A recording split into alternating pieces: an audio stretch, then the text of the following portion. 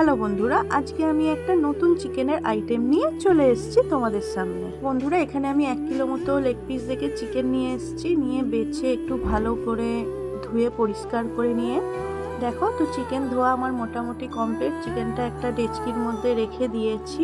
দেখো পেঁয়াজগুলো আমি কেটে দু টুকরো করে নিয়েছি, মিক্সিতে দেব। মিক্সিতে দিয়ে আমি ভালো করে ব্লেন্ড করে নিলাম। দেখো বন্ধুরা, এতে কিন্তু পেঁয়াজের পরিমাণটা খুব অল্প লাগবে, তার কারণ এটা আমি করব কাজু বাদাম আর পোস্ত দিয়ে। 100 গ্রাম কাজু, 50 পোস্ত আর মগজদানা আর 4টে লঙ্কা সব একসাথে পেস্ট করে নিলাম। তারপর ধুয়ে রাখা চিকেনটায় সাদা তেল দিলাম। এটাই কিন্তু সর্ষের তেল দিলে হয় না, সাদা তেল কিছুটা। তারপর আদা রসুন বাটা, পেঁয়াজ বাটা আর টমেটো বাটা দেওয়ার পর আমি যে মিক্সিতে যে কাজু বাদাম পোস্তটা পেস্ট করে রেখেছিলাম সেইটা অ্যাড করলাম।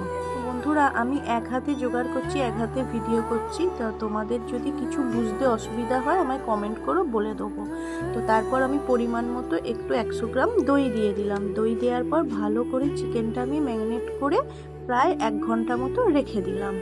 তারপর কড়ায় পরিমাণ মতো সাদা তেল দিয়ে ভালো করে তেলটা গরম হয়ে যাওয়ার পর ওতে তেজপাতা, শুকনো লঙ্কা, দারচিনি ভালো করে ভেজে নিলাম। ভেজে নেওয়ার পর আমি ম্যারিনেট করা চিকেনটা ওর মধ্যে দিয়ে দিলাম। এর একটা কথা আগে বলে দিই বন্ধুরা, এইটাই কিন্তু পেঁয়াজটা খুবই অল্প লাগে, তোমরা পেঁয়াজ অল্প দেবে। তবে দেখো চিকেনটা দেওয়ার পর আমি বেশ কিছুক্ষণ নাড়াচাড়া করে নেওয়ার পর পরিমাণ মতো নুন দিয়ে আবার কিছুক্ষণ নাড়লাম।